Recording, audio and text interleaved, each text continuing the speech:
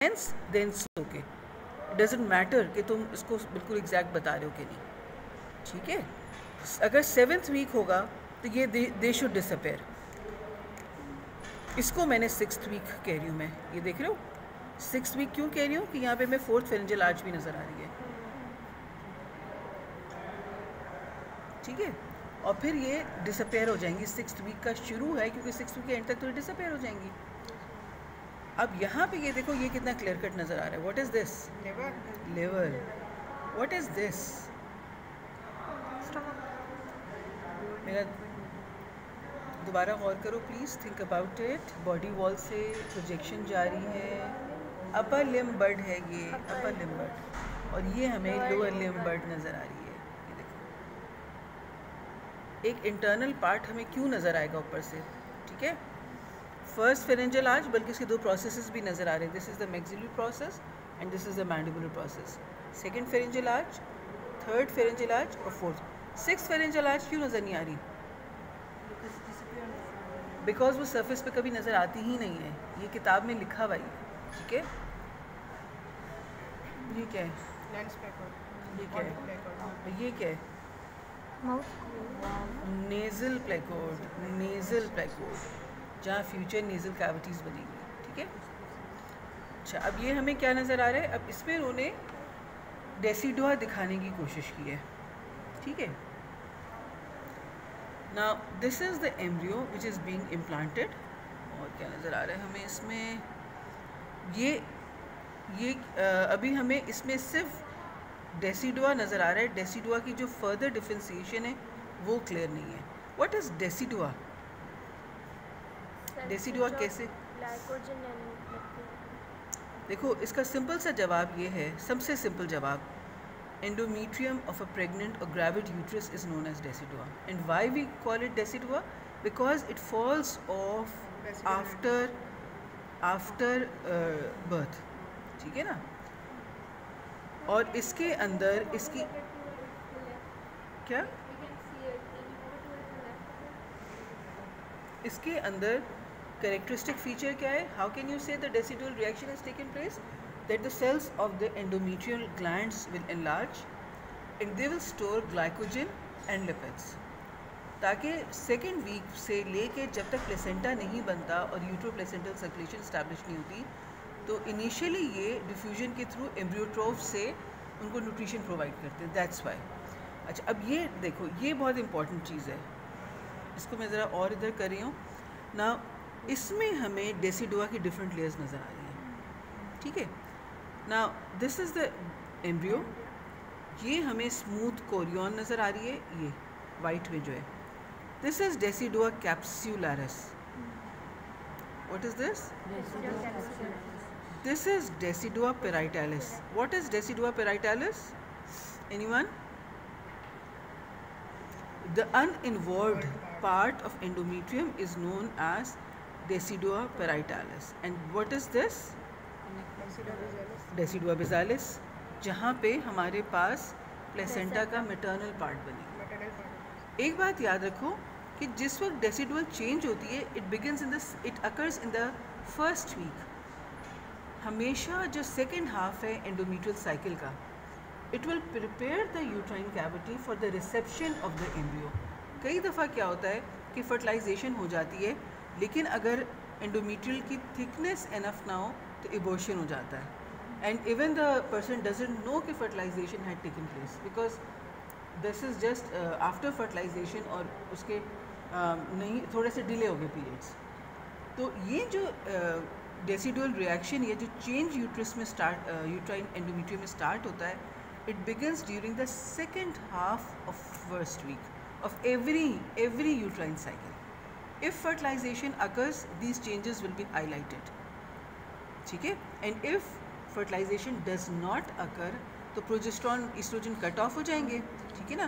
Corpus ल्यूटेम degenerate कर जाएगा, और उसकी वजह से जो एक्स्ट्रा एंडोमेट्रियम बन गई है, we need to slough it off, क्योंकि अगर स्लफ ऑफ नहीं होगी तो वो तो थिकन होते ही चली जाएगी ना। Again this is an abnormal condition, this is not a physiological condition. दूसरी बात ना, which part of the embryo helps the corpus luteum or prevents the corpus luteum from degeneration. कौन सा पार्ट है एम्ब्रियो का?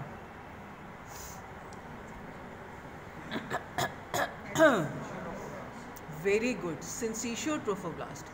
Syncytial trophoblast secretes beta hCG. जो second week में लिखा हुआ है, दोबारा खोल के देखना जी. ह्यूमन कोरियोनिक जो which is the basis of pregnancy test as well as it helps the corpus luteum.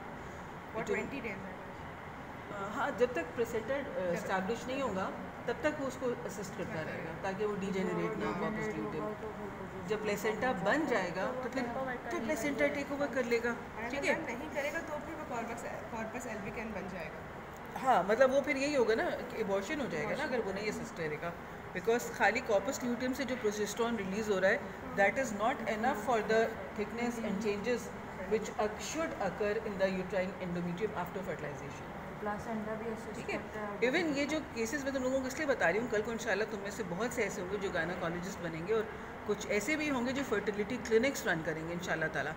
और फर्टिलिटी क्लिनिक में इवन ये होता है कि आप जो है उसको पेशेंट्स को ये IVF करके जब वापस एम्ब्रियो इम्प्लांट करते हैं यूट्राइन कैविटी में, तो अगर एंडोमेट्रियम की थिकनेस इनफ नहीं होती तो even that procedure goes to a waste. Abortion हो जाता है वो. अगर जब तक इम्प्लांट नहीं होगा तब तक तो आप कुछ नहीं कर सकते ना. It is very important in this regard. ठीक है. अच्छा, अब इस पे आ जाओ. अब यहाँ पे ये देखो एम्ब्रियो लार्ज हो रहा है, बल्कि हमें लिम्स भी नज़र आ रहे हैं सारे. देख लो तुम लोग, अब ये फीटस बन चुका है. ठीक है. और यहाँ पे हमें नज़र आ रहा है कि ये यूट्राइन कैविटी को ऑब्लिटरेट करने वाला है.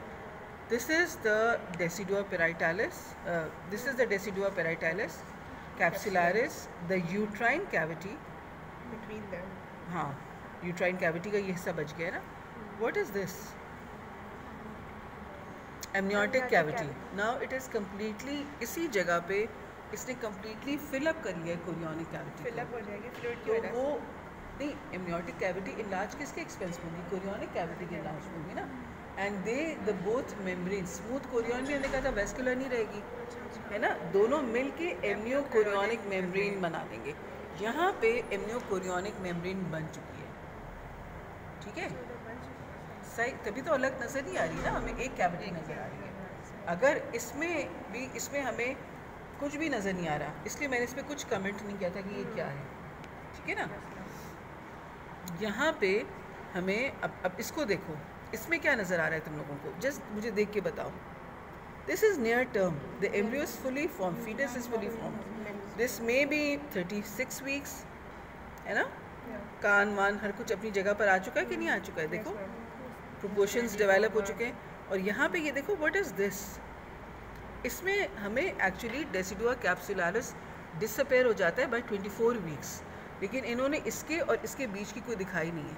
इसको हम कह सकते हैं this might be 20 weeks because we still have the decidua capsularis in it. लेकिन क्या होता है कि जब एम्ब्रियो मजीद इनलार्ज होता है तो it completely fills the uterine cavity and then the decidua capsularis degenerates and the amniochorionic membranes they come to lie adjacent to the decidua parietalis. ठीक है. This is what we see in this diagram. We see the decidua parietalis, we see the full-fledged placenta over here, है ना. placenta नज़र आ रहा है ना. और ये हमें membranes जो हैं, membranes हम किनको कहेंगे? the amniochorionic membrane, जो यहाँ पे जब burst होंगी तो लेबर स्टार्ट होगी, जब एक वो बनाएंगी. अच्छा, अब ये देखो, ये हमें नज़र आ रहा है the foetal part of placenta. Why do you say that it is foetal part of placenta? क्यों कहा मैंने? Very good. अम्बिलिकल कॉर्ड नज़र आ रही है. Common sense. ठीक है. अच्छा, अब यहाँ पे ये देखो, इन्होंने इस साइड पे एमनियोटिक मेम्ब्रेन दिखाई हुई है, इस साइड पे इन्होंने एमनियोटिक मेम्ब्रेन हटा दी है. ठीक है ना. हमें पता है कि amniotic membrane is a vascular membrane, so it will appear whitish in colour. ठीक है ना. And this is the chorionic membrane. Of course it will have, this is the chorionic plate, this is this part of the placenta. ठीक है. अच्छा, अब इस part of placenta में भी गड़बड़ है. मुझे बताओ क्या गड़बड़ है? देखिए क्या चीज़ गलत बनी हुई है. ये सोचो इतने महंगे जर्मनी के मॉडल्स हैं, इन्होंने कैसी कैसी वो की हुई हैं। हाँ भाई जल्दी से बता दो कोई मुझे, अम्ब्लाइकल वेन कौन सी है इसमें, कोई पॉइंट करे अम्ब्लाइकल वेन। नहीं रेड वाली होगी ना, यही तो गड़बड़ है, क्योंकि आर्टरीज। वो एम्ब्लाइकल वेन ऑक्सीडेटेड ब्लड लेकर आएगी ना। ये तो गलत बना हुआ अच्छा, है, ये तो मैं कह रही, this is Yes, what I am yes, asking yes, you yes, कि yes. पॉइंट आउट करो ना, Yes. क्योंकि there will be single umbilical vein and 2 umbilical arteries, ये तो हमें पता है ना, और अम्ब्लाइकल वेन बड़ी होगी ये भी हमें पता है, ठीक है ना। This should have been red and this should have been in blue, ये गड़बड़ है इसमें। Two बाकी blue से umbilical arteries and one red umbilical vein. Yes, diagrams में देखो ऐसे ही बना, Yes, ma'am. ठीक है। अच्छा अब यहाँ पे ये देखो, this is the decidual plate, this is the cytotrophoblastic shell, ये जो हमें नज़र आ रहा है, ये जो नज़र आ रहा है ना, ये this is the cytotrophoblastic shell, ये एंडोमीट्रियल स्पाइरल आर्टीरियोल्स और ये वेन्यूल्स नज़र आ रहे हैं हमें, जो which penetrate the cytotrophoblastic shell in order to enter the intervillous space. अच्छा मुझे ये बताओ, जो इंटरविलस स्पेस है वो सिंसेशियो ट्रोफोब्लास्ट में बनती है या एंडोमीट्रियम में बनती है? Yes, very good, syncytiotrophoblast में बनती है। It has the maternal blood. Now the my question is, will the maternal and the foetal blood come in contact with each other? No. How will it be separated? कैसे separate होगा? Placental membrane के components बताओ ना। जो earlier then 20th week हमने क्या पढ़ा था कि 4 लेयर्स होंगी, कौन सी 4 लेयर्स होंगी? शाबाश, कॉमन सेंस बेटा। एक endothelial lining of the capillary, capillaries, connective tissue, yes, और एक दो और cytotrophoblast and syncytiotrophoblast. Composition of Yeah. Placenta gland. देखो मैं नहीं चाहती तुम लोग रट्टा मारो, Yes, ma'am. इसलिए मैं तुम लोगों को जो सवाल कर रही हूँ ना, so to think about that and you must remember these small things. I want you to develop a concept कि तुमने कुछ भी ना पढ़ा। कनेक्टिव टिश्यू हमारे विलाय का होगा ना। विलाय का होगा, Yes. हाँ ऑफ कोर्स विलाय का, Connective जिसमें वो इनिशियली जो हमारे पास जो सेकेंडरी कोरियोनिक विलाय थी उनमें क्या था? The connective tissue, the extra embryonic mesoderm penetrated the cytotrophoblast ना, और उसी के अंदर ब्लड वेसल जब डिफरेंशिएट हो गई तो टर्शियरी कोरियोनिक विलाय, तो उसमें कनेक्टिव टिश्यू तो रहेगा, ठीक है ना।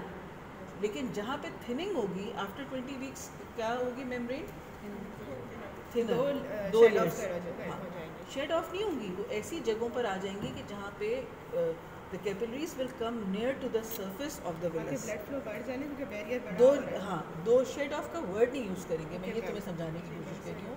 दे will come near to the surface, और ऐसी जगहों पे सिंसेशियो ट्रोफोब्लास्ट के साथ आ जाएंगी जहाँ पे साइटोट्रोफोब्लास्ट और कनेक्टिव टिश्यू बीच में नहीं होगा, ठीक है ना। ये बात समझनी है।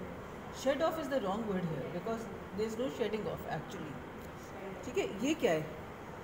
विलायस, ये विलाय तो नहीं है, please excuse me, what is this everyone, anyone?